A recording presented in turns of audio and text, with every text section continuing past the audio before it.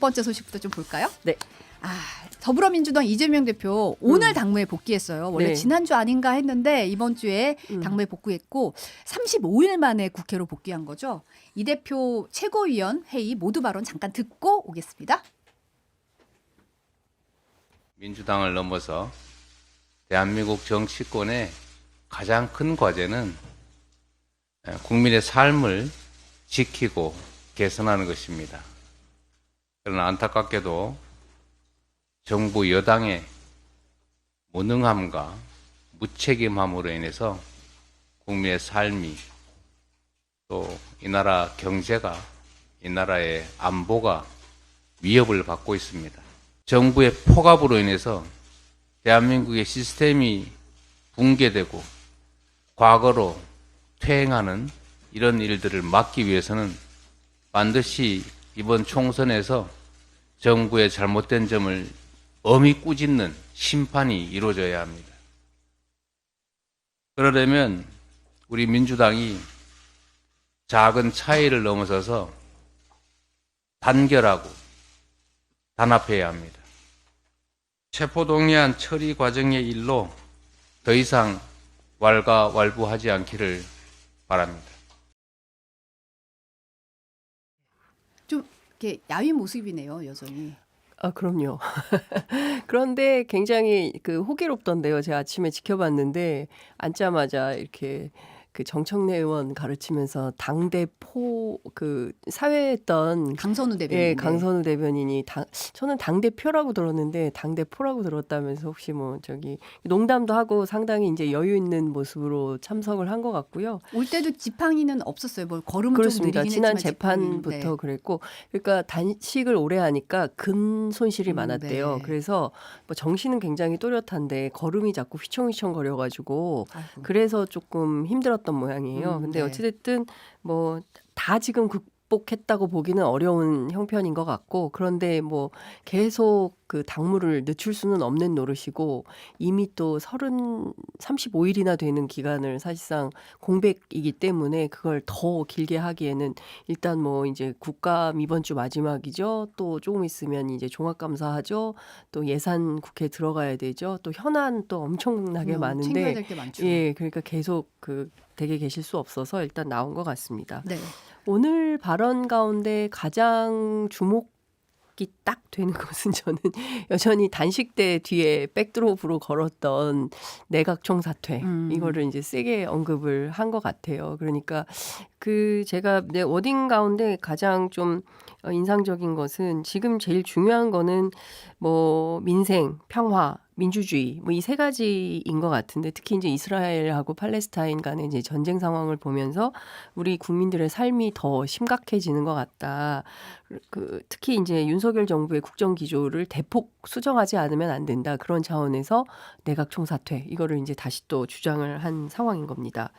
그러니까 전반적으로 보면 단식 때 했던 기조를 계속 이어가는 이런 판단일 수도 있겠고요. 네. 큰 틀에서 보자면 이제 국민의힘은 지난 강서구청장 보궐선거 이후에 민생으로 가야 된다. 그리고 뭐 반성하면서 대통령도 반성. 물론 이제 지금 또 이제 출국한 상태이긴 합니다만 뭐 민생을 챙기겠다. 뭐 반성한다. 뭐 책상에 있지 말고 적극적으로 이제 현장으로 가라. 뭐 이제 이런 메시지가 나오면서 정쟁 관련된 플랜카드들도 다 내리고 뭐 협치합시다 이러고 손 내밀고, 근데 여기서 또 바로 내각총 사퇴 이래 버리니까 사실 어떨까 싶었는데, 이제 제가 들어오기 직전에 보니까 또 3자 회동을 또 제안을 또 수정 제안을 했어요. 네. 그러니까 원래 당초에는 이재명 대표가 먼저 만나자고 제안을 했었잖아요. 그렇죠. 단식 들어가면서 윤석열 대통령하고 만나자고 했는데 윤 대통령이 거절을 했고, 그리고 그 기조는 사실 1년 반 동안 계속 이어지는 상황인 것이고요. 그 상황에서 김기현 대표가 그러지 말고 나를 만나주시오. 당대당 대표끼리 만납시다라고 하니까 당신은 별로 결정권이 없지 않습니까? 당신 말고 대통령하고 직접 만납시다라고 했다가 다시 또 이번엔 그러면 우리 둘에다가 대통령하고 셋이서 3자 회동을 하자. 이제 이런 상황이고, 관련된 현안은 아무래도 민생이 될 가능성이 높기 때문에 이제 공은 다시 윤석열 대통령으로 넘어갔다. 그러니까 사우디에서 돌아와서 카타르까지 마치고 돌아와서 윤 대통령이 과연 이재명 대표하고 만나서 3자 회동을 하는 그림을 만들 것이냐, 계속 거부할 것이냐, 이게 상당히 전국의 핵으로 들어갈 가능성이 높다 이렇게 보입니다.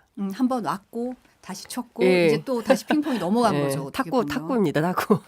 룰루님이 네. 같이 만나서 만찬하는 모습 국민들이 기대한다고 만찬. 예. 네, 댓글을 남기셨는데 네. 네, 어떻게 될지 좀 봐야 될 것 같고 오늘 이재명 대표가 작은 차이를 넘어 단결하고 단합돼야 된다라고 말했는데 이 단결과 단합 강조하는 건 결국 이제 가결파 네. 안고 가겠다. 네. 징계는 없다. 뭐 이런 뜻으로 봐도 될까요? 그렇죠. 그러니까 그거는 이제 기본 노선이고요. 계속 작은 차이, 우리 안에 있는 작은 차이를 극복해야 된다는 얘기는 강서구청장 보궐선거 당시에 퇴원하다가 중간에 강서구에 들러서 유세차에 올라서 제일 먼저 한 얘기가 그 얘기였거든요. 네. 그러니까 좀 시시콜콜한 걸로 뭐 수박 당도 감별하고 뭐 수박 색출하고 뭐 이런 게 중요한 게 아니고 지금 당장 우리에게 당면한 현안들이 얼마나 많은데 그런 논의를 하고 있냐. 그리고 사실은 뭐 분당, 뭐 이제 당이 쪼개질 거다, 당대표 물러나라, 이제 이런 요구도 비명계에서 굉장히 많이 했었는데요. 라디오 인터뷰 통해서.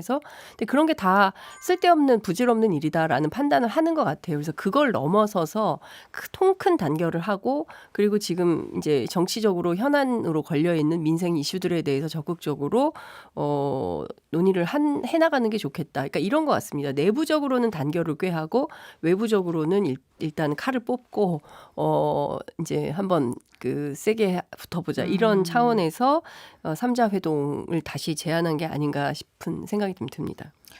모두 발언에서 그 얘기도 했어요. 정부에 칭찬 말씀을 드리겠다고. 예, 의료 의대 정원 예, 확대 얘기해서. 그러니까 저는 사실 그거 굉장히 중요한 포인트라고 생각하는데요. 문재인 정부 때 못했거든요. 이제 칼만 뺐다가 도로 다시 집어넣은 이런 격인데 그때 의사들이 이제 코로나 전국에서 의사들이 파업을 결행하면서 네. 상당히 의료계에 큰 혼란이 있었고 이게 더 큰 혼란으로 확산될 것에 대한 두려움 때문에 그러면 그냥 없던 일로 이렇게 돌아가게 된 것인데 잘 아시는 것처럼 의대 정원은 우리가 25년째 묶여있는 이런 상황이고요. 단 한 번도 늘린 적이 없어요. 3,000명에서.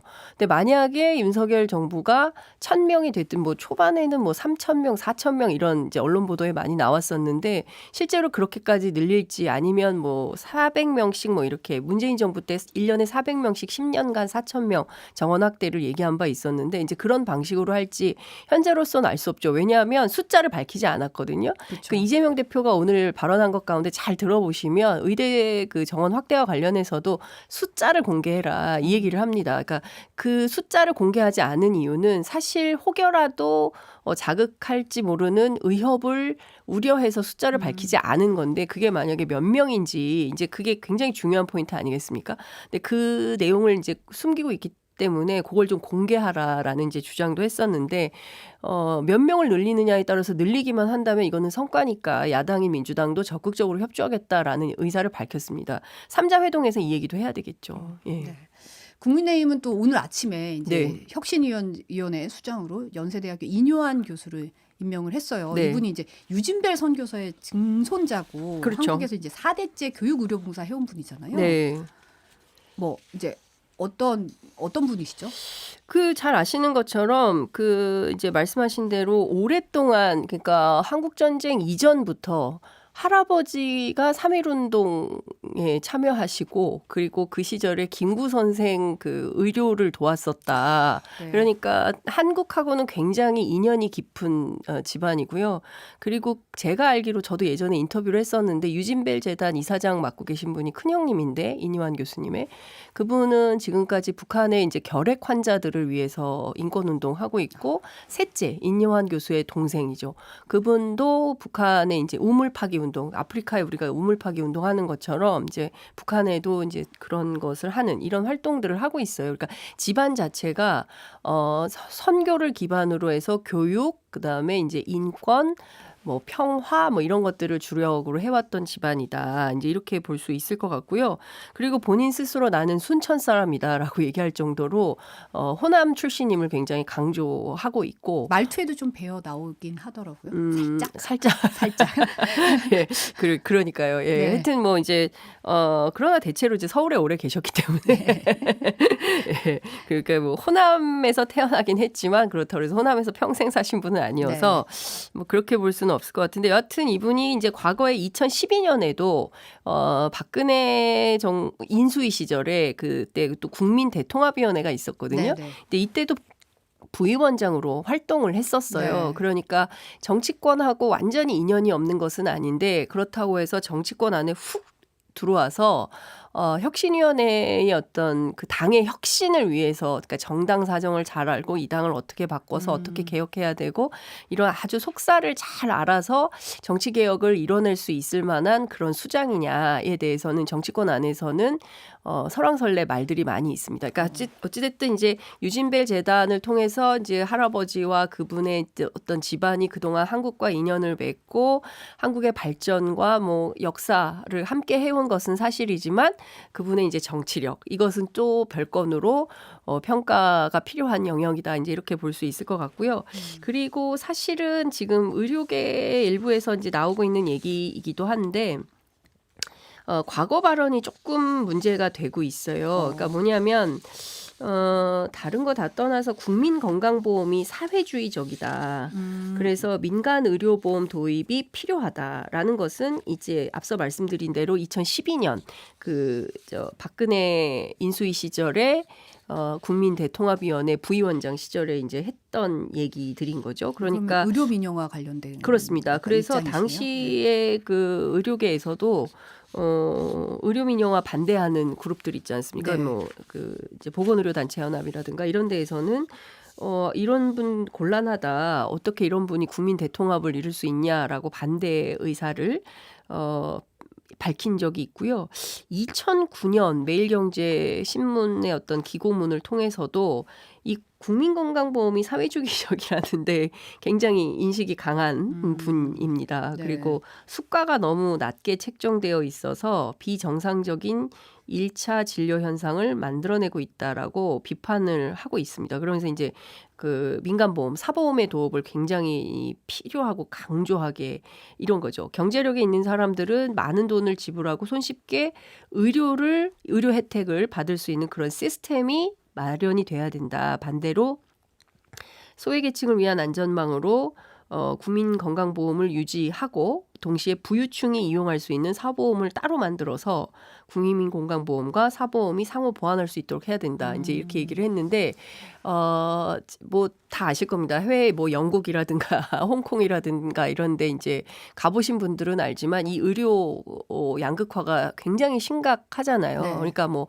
감기 한번 보는데 한 4시간 정도 차라리 내가 상을 앓고 만다 이런 얘기를 제 친구 같은 경우는 이제 그렇게 얘기를 하던데 네. 이제 그런 정도로 어렵고 또 이른바 이제 공공 시스템의 의료는 굉장히 수준이 낮고 그리고 사보험을 내는 데는 굉장히 비싸고 뭐 좋고 그거는 제가 중국에 한 3년 정도 살았는데 북경도 마찬가지입니다. 네. 그러니까 평범한 이제 중국 사람들 런민 그러니까 인민 그러니까 뭐죠? 시민들이 이용하는 평범한 병원은 굉장히 수준이 열악합니다. 그런데 이제 고가의 돈을 내는 데는 제 지인이 아들이 맹장 수술을 했는데 얼마를 냈죠? 한 1,000만 원 이상을 냈던 것 같아요. 맹장 수술이요. 예, 그러니까 미국하고 비슷해요. 네. 그러니까 이런 걸 만들자는 건 이거는 우리가 동의하기가 굉장히 어려운데 바로 이제 인유한 교수가 이제 이런 입장을 가지고 있다는 거 이 부분에 대해서는 굉장히 논란의 여지가 있다. 물론 이분이 지금 혁신위원장을 맡았기 때문에 여기서 뭐 의료와 관련된 정책을 뭐 수립하거나 이러지는 않겠지만 그래도 이제 이런 입장을 갖고 있다는 것에 대해서는 뭐 한번 판단을 요한다 이렇게 볼 수도 있을 우려의 것 목소리가 같고요. 나오고 예. 있다. 그리고 뭐 이런 등등인 것 같아요. 그리고 백선엽 장군과 관련해서도 사실은 여러 가지 역사적 평가가 있는데 이분은 상당히 존경한다. 일본에서 훈련을 받았다고 해서 나쁘게 표현한 사람들이 있는데 그럼 조지 워싱턴도 잘못됐고 미국도 잘못된 거냐 이제 이런 주장을 한 바가 있습니다. 링컨 대통령이 박정희 대통령보다 100배는 더 독재를 했었다 이런 발언을 하기도 했었습니다. 그러니까 좀 다양한 발언에 이제 기사들이 좀 나오기 시작할 것 같은데요. 네. 아마도 이제 이런 등등의 과거 발언에 대한 검증 이런 게 필요하지 않을까 싶고요.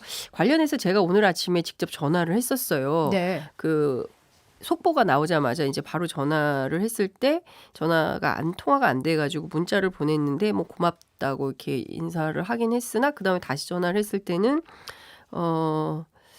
다른 직원이 받아가지고 네. 기자들한테 전화가 너무 많이 와가지고 전화 통화를 할 수가 없다라고 이제 얘기를 하고 있는데요.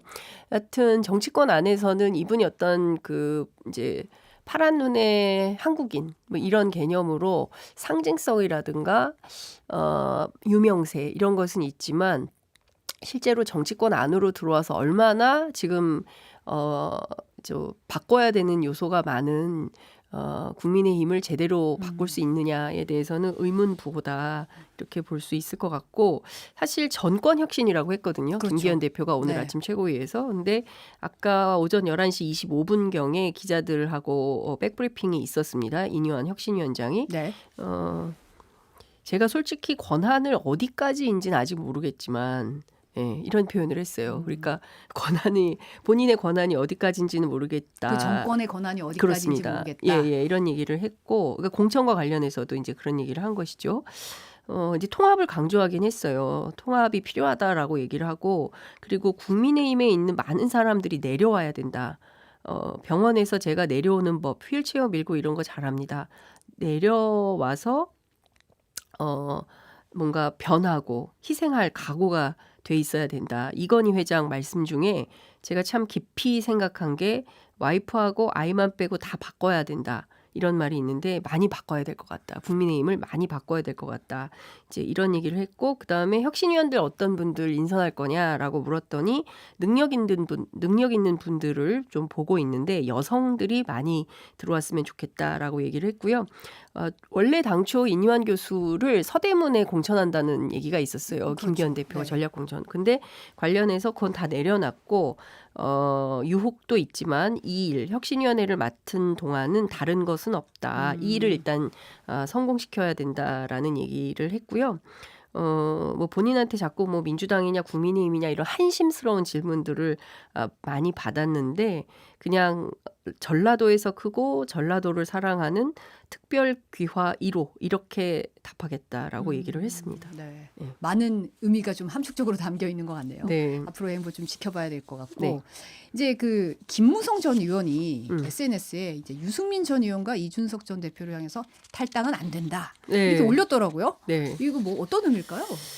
그래서 뭐냐 취재를 해봤더니요. 이분이 이제 공천관리위원장에 관심이 많이 있다는 거예요. 공천관리위원장. 예, 네. 김무성 전 대표가. 네. 그러니까 지금 상황을 보면 큰 틀에서 보면 이제 유승민, 이준석으로 상징되는 개혁 보수. 그 다음에 그 밖에 다른 국민의힘 이를테면은 극우 보수부터 어디까지 표현해야 될까요? 그러니까 나뉘는 이런 차원이기 때문에 그러니까 개혁 보수와 우익 보수가 갈등하는 상황에서 이거를 누군가는 정리를 해야 되는데 그 키맨이 나였으면 좋겠다라고 김무성 전 대표 스스로 생각하고 있는 거 아니냐? 내가 정리할 수 있다. 내가 이 판을 정리하겠다.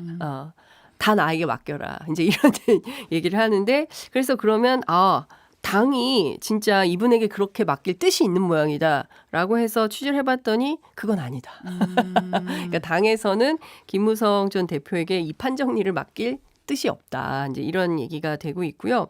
그리고 관련해서 이제 이런 겁니다.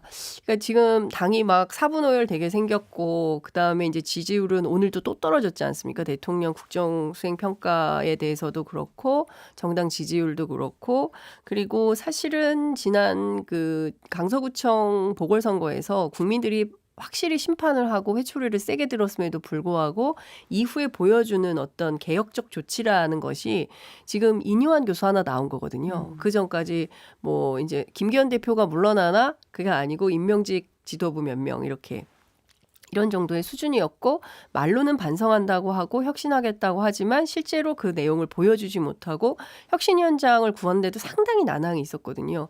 그러니까 밤사이까지도 결정되지 않았다가 새벽 1시부터 보도 내용이 이렇게 조금씩 바뀌다가 이제 이뇨한 교수로 결정이 됐고 오늘 아침 7시경에 제가 당 지도부 관계자하고 확인했을 때는 의결은 해야 되겠죠라고 한 거니까 이제 그 정도에서 이제 확인이 된 거니까 어제 밤늦게 오늘 아침 사이에 이제 결정이 된 이런 최종 결정이 된 이런 상황이기 때문에 여당 혁신위원장이 구인난 얘기 나오는 것도 굉장히 이례적이긴 그러니까요. 해요. 네. 예, 그렇기도 하고 지금 김기현 지도부가 몇 달이 갈 줄 알고 어떻게 될 줄 알고 여기에 그 몸을 실느냐. 지난주에 제가 말씀드렸는지는 모르겠지만 전략기획부총장인 배준영 의원도 의원들이 그 4명이 거절을 하고 5번째 그러면 제가 하겠습니다라고 나선 사람이 바로 배준영 의원이라는 거거든요. 그러니까 그런 정도로 별로 하고 싶어 하지 않는다라는 것이죠. 그러니까 당장 그 내년 총선을 앞두고 지지율은 계속 떨어지고 대통령을 내세워서 당선이 될 것인가 아닐 것인가에 대해서 국민의힘 국회의원들 특히 현역이라든가 수도권 당협위원장들은 고민이 많아지는 겁니다. 그런 차원에서 보자면 이 판정리를 김무성 대표가 나선다고 한들 되지 않을 가능성이 높고 국민의힘 내부에서도 여러 가지 어려움이 있어서 정리정돈이 쉽지 않다. 그러니까 이 과정에서 또 이준석 대표도 또 바로 나서서 반박을 했어요. 김무성 대표께서는 이준석의 거취 따위보다는 대통령께서 지난 17개월간의 실책에 대해서 허심탄회하게 국민들에게 언급하고 어떻게 달라진 모습을 보여야 한다고 조언해 주시길 기대한다. 이제 이런 얘기를 하고 있는 것이죠. 네. 그러니까 내부는 상당히 지금 많이 어렵다. 이렇게 봐야 될 것 같습니다. 그런데 이제 요 글에서 당원 당규에 있는 상향식 공천을 통해서 음. 분열 없는 공천으로 이기는 선거를 하는 것이 살 길이라고 하는 부분이 저는 좀 눈길을 끌더라고요. 네. 이게 이제 대통령의 공천을 좀 막겠다 뭐 이런 건가요? 뭐 어떻게 봐야 될까요? 사실 그 상향식 공천 얘기는 김무성 대표가 과거에도 많이 했었어요. 이제 2016년 이분이 이제 전력이 있지 않습니까? 네. 옥새 들고 나르샤. 옥새 예, 나르샤. 네. 그렇죠. 그리고 이제 옥새파동. 옥새파동 기억하실 거예요. 영도다리 앞에서 이렇게 쫙 그 바다를 바라보는 김무성.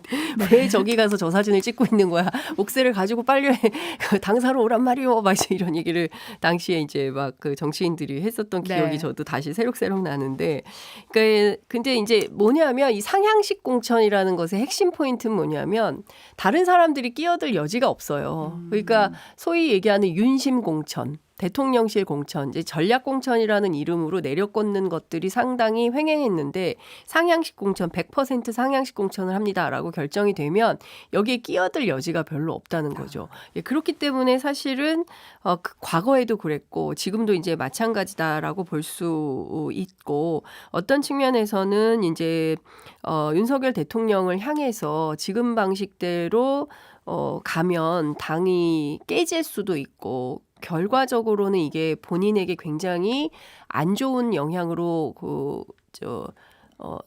귀착될 수 있으니까 사실 여기에서 그냥 상향식 공천 정도를 받고 당내의 불협화음을 없애고 분열 없이 모두를 품어라. 그러니까 여기서 모두는 유승민, 이준석까지 품고 다 같이 분열 없이 가야 내년 총선에서 이길 수 있다. 사실은 그것은 민주당도 마찬가지인 거거든요. 그래서 이재명 대표가 비명계 뭐 이제 징계도 하지 않고 일단 품고 이렇게 가는 거예요. 그러니까 마찬가지로 정치를 오래 해본 분이기 때문에 김무성 대표가 이제 이런 제안을 하는 것이죠. 요 다음 소식 하나 좀 볼게요. 김승희 대통령실 전이죠 이제 전 네. 의전 비서관이 자녀 학폭 사건으로 자리에서 물러났습니다. 이제 경기도교육청 국정감사 자리에서 이 자녀 학폭 사건이 공개가 됐는데 네. 저는 이 내용을 보고 참 너무 좀 무섭더라고요. 네. 네, 그렇죠. 10살 초등학교 3학년이거든요. 그 네. 10살 저도 이 사건 취재하면서 애기가 10살 넘는 따지면 9살이죠. 9살. 만으로 하면 그렇죠. 이제 그렇죠. 나이로 하면 9살이고 그렇죠. 피해 아동은 만으로 하면 7살이더라고요. 그러니까 뭐 아직 생일이 아직 안 지나서 그런지. 또 윤석열 대통령이 나이도 깎아주시고 해가지고 제가 착각을 했습니다. 너무나 끔찍한 학교폭력 사건이 발생한 건데요. 이제 국회 교육위원회 김용호 의원실이 제공한 관련된 기록을 쭉 보면 김승희 대통령실 의전 비서관 딸이에요. 초등학교 3학년 딸 A라고 하겠습니다. A하고 같은 학교 2학년 여학생 B가 있어요. 그러니까 이 A가 B를 7월 10일 한 번, 그리고 일주일 뒤인 17일 한 번 더. 총 2번. 그러니까 둘이 어떻게 만났냐면 방과 후 수업에서 만난 거예요. 그러니까 오늘 아침 라디오에 따르면 조금 김용호 의원 저한테 설명하고 조금 다르던데 뭐 그 사연을 제가 구구절절 다 설명을 드릴 수는 없지만 여하튼 이제 방과 후 수업에서 두 학생이 만난 거고 둘이 알고 있던 사이인데 이제 서로 뭐 농담하고 장난치다가 이런 폭력 사건으로 비화된 이런 상황이라고 볼 수 있을 것 같습니다. 네. 화장실로 데리고 갔어요. 방과 후 수업하고 5층 화장실로 데리고 가서 아무도 없는 거 확인한 다음에 화장실 칸 있지 않습니까? 화장실 칸으로 들어가서 일단 우산 등으로 B 학생이 머리와 얼굴을 때렸고, 그러니까 그 7월 11일, 10날, 첫날은. 네. 그다음에 그로부터 일주일 뒤인 17일에는 언니가 선물 줄게, 이렇게 뭐 반지 보여줄게. 그래서 거기서 반지가 뭡니까라고 제가 어제 이제 취재하면서 김영호 의원한테 물어보니까 그 꼬마들 그 사탕 반지 같은 거 있잖아요. 아, 네. 그냥 플라스틱 같은. 그래서 저는 여기 무슨 반지가 금반지인가 뭐 그랬더니 그것은 아니고 하여튼 그런 꼬마들 갖고 노는 그런 반지인데 그 반지 보여준다고 하면서 이제 1층 화장실로 데리고 가서 변기에 앉힌 다음에 얼굴과 머리를 주먹, 우산, 리코더 뭐 이런 걸로 수차례 때린 거죠. 그리고 나서 이제 피해 학생이 이 애를 보고 이제 빨리 이제 응급실로 데리고 가서 치료하고 그날 밤에야 이게 학교 폭력이 있었다는 사실을 알게 된 겁니다. 네네. 병원에서 진단 결과가 나왔는데 안과 전치 37일. 37일이요. 예, 각막이 훼손됐다고요. 아. 그다음에 정형외과, 그다음에 피부과 등 해서 전치 9주 진단이 나왔고요. 이 학교폭력 심의위원회 심의위원들도 이 폭행 정도가 너무 심각해서 그러니까 1점부터 4점까지 줄 수 있어요. 최고점이 4점인데 이 4점 판정을 받게 됩니다. 그 학교도 그러니까 17일 날 이 사건이 2차례 있었고 나서 18일 그 이튿날이죠. 네. CCTV로 확인을 한 거예요. 그랬더니 이날 이렇게 있었다라는 게 확인이 됐고요. 그리고 나서 19일 그 다음 날이죠. 교장 선생님이 긴급 조치를 내려서 네. 일단 그 가해 학생인 A 학생은 6호 처분, 출석 정지 처분을 출석 정지. 내리고요. 그다음에 B 학생은 2호 처분, 일시보호. 일시보호. 예. 네. 그렇게 한 다음에 21일 성남교육지원청에 학폭심의위원회 개최. 그러니까 초등학교의 경우에는 이게 학교에서 열지 않고 교육청에 가서 학폭위를 열도록 돼 있나 봐요. 그래서 9월 21일 그러니까 이 사건이 벌어진 건 7월인데 성남교육지원청에서는 9월 21일에 심의가 완료됩니다. 2달이 걸리죠. 상당히 오래 걸렸네요. 오래 걸렸습니다. 그리고 나서 이 가해 학생에 대해서는 최종 7호 그러니까 학급 교체 처분이 내려집니다. 그래서 이제 얘는 하나는 이제 가해 학생은 3학년이고 피해 학생은 2학년이잖아요. 네. 그러니까 동급생이라면 학급 교체란 같은 반이었다라고 한다면 일단은 분리 조처가 필요하기 때문에 같은 반에 있는 아이를 이제 다른 반으로 옮기는 그렇죠. 것은 너무 필요한데 이 경우에는 방과 후에서 만난 사이고 다른 학년이죠. 다른 학년이기 때문에 학급 교체라는 건 별로 의미가 없는 조처예요. 그런데 왜 학급 교체라는 조치가 내려졌는지 이것도 사실은 조사 대상입니다. 왜 이런 조치가 내려졌는지. 네. 그래서 관련해서 이 피해 학생인 B양의 부모가 이거 안 된다. 강제 전학 조치를 내려달라라고 요청을 했습니다. 학폭위 당시에 이게 네. 너무 심각하기 때문에 애가 학교를 다닐 수가 없지 않냐. 그리고 최근에 이제 오늘 아침 라디오에서 나왔지만 이 피해 학생이 이 언니가 학교에 다시 온다고 하면 이게 두려움 때문에 그러니까 언니가 없어서 너무 행복하다는 거거든요. 지금 학교에. 네. 근데 근데 이 학생이 다시 오게 된다면 굉장히 고통스러울 수 있다. 이렇게 볼 수 있을 것 같고요. 그렇지만 이제 학교에서는 이런 얘기를 합니다. 이제 요거하고 병과돼서 처분 2호 조치가 나오는데 뭐냐면 피해 학생에 대해서 접촉하거나 협박하거나 보복행위하는 것을 금지토록 한다. 졸업할 때까지.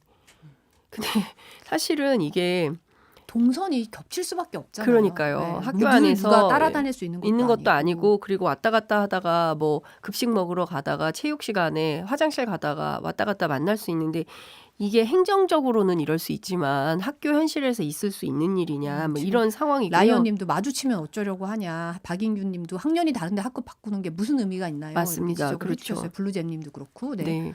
그래서 지금 상황은 어떠냐면 이 피해자 측에서는 법률 대리인 통해서 민사소송 준비 중에 있다고 하고요. 이제 다 알게 됐어요. 그래서 학부모들이 나서서 이 폭력 재발 가능성을 우려하면서 이 학생이 강제 전학을 요구하는 민원을 제기한 상태인데 지금 이 학생은 현재 등교는 안 하고 있습니다. 네. 7월 이 사건 이후부터 등교는 안 하고 있는데 이 사건 전체를 이렇게 끝내기에는 너무 의혹이 많다. 이렇게 볼 수 있을 것 같아요.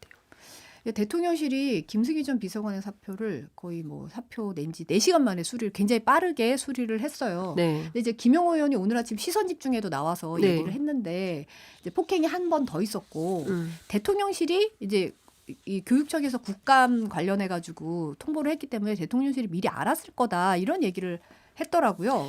네, 관련해서 저도 어제 그 내용 취재를 했는데요. 그러니까 김영호 의원이 저한테 몇 가지 참 의미 있는 얘기를 했습니다. 제가 오늘 이거 다 얘기를 해도 되는지 모르겠는데 MBC이기 때문에 이 사건을 처음 이제 알게 된 것은 김영호 의원실의 보좌관의 친구인가 보좌관이 이 학교의 소문을 들어 알고 있었던 거예요. 그래서 한 달 정도를 추적해서 취재를 해서 이 사건을 팔로우를 하고 그다음에 김영호 의원실에서 공개는 하지 않고 있지만 이 학교 폭력 사건에 대한 그 조사 보고서를 갖고 있는 겁니다. 네. 그래서 그 내용을 보면 너무나 명징하게 쫙 그 학교 폭력 상황이 다 나와 있어요. 그래서 본인이 국감 때 터트리고 나서 오전 11시였는데 오후 1시에서 뉴스원이 보도하기 전까지 아무 언론도 쓰지 않았다. 그러니까 대통령실에서 브리핑이 나오고서 나서야 그다음에 언론들이 보도하기 시작해서 김영호 의원 스스로 참 자괴감도 잘 국회의원이고 재선 국회의원인데 이렇게 신뢰를 못 받나 이런 생각이 들기도 하고 이 사건이 이렇게 심각한데 왜 이거를 언론들이 앞다퉈 다루려고 하지 않았을까에 대한 의문도 생긴다라고 얘기를 했습니다. 그리고 이제 앞서 말씀하신 대로 이 사건 관련해서 실제로 본인이 이 경기도 교육청도 관련된 내용을 알고 있기 때문에 대통령실은 당연히 미리 알고 있었을 것이고 그리고 또 가해자 측에도 그리고 피해자 측에도 이렇게 김영호 의원이 국감장에서 폭로할 거다라는 내용은 미리 다 알고 있었던 걸로 이렇게 확인이 된다고 얘기를 하고 있어요. 네. 예. 근데 이제 밝혀져야 될 점은 이제 이 사건 처리 과정에서 어떻게 보면 이제 김승희 전 비서관의 이제 부당한 외압이나 관여가 있었나 이 여부가 핵심 쟁점이잖아요. 그렇죠. 근데 지금은 김용호 의원실에 따르면 아직까지 이제 드러난 바는 없는 것으로 좀 확인이 되는데 하나 좀 특이할 만한 점은 이제 19일 날 7월 19일이죠. 7월 19일 날 이 사건이 외화된 다음에 그 부인 김승희 비서관의 부인 되는 분의 카톡 프로필이 그 남편과 윤석열 대통령이 같이 찍은 사진으로 바뀌어 있었다는 거죠. 그러니까 그런 자체를 보면서 일반 학부모들 사이에서는 이거 봐라, 내가 얼마나 권력과 가까운지 당신들이 알아야 돼라는 것을 일부러 강조하기 위해서 이렇게 바꾼 것이 아니냐라는 의구심이 들 수밖에 없는 상황이다. 그런 얘기를 하고 있는 것이고요. 그러니까 또 하나는 앞서 말씀드린 대로 2달이라는 굉장히 긴 통상의 범위 안에 들지 않은 범위에서의 어떤 긴 시간이 있었다는 것이고 학폭위가 열리기까지 사건이 그렇습니다. 발생하고 학폭위가 열리기까지 상당히 예. 오랜 시간이 그렇죠. 왜 이렇게 오래 걸렸나. 그렇죠. 학교 안에서의 어떤 긴급 조치는 당연히 빠르게 조치가 되는 것은 너무 당연하지만 그 이후에 진행된 후속 조처가 너무 길었다. 그리고 납득할 수 없는 것은 강제 전학이 16점인데요. 15점으로 1점 차이로 못 들어가게 되거든요.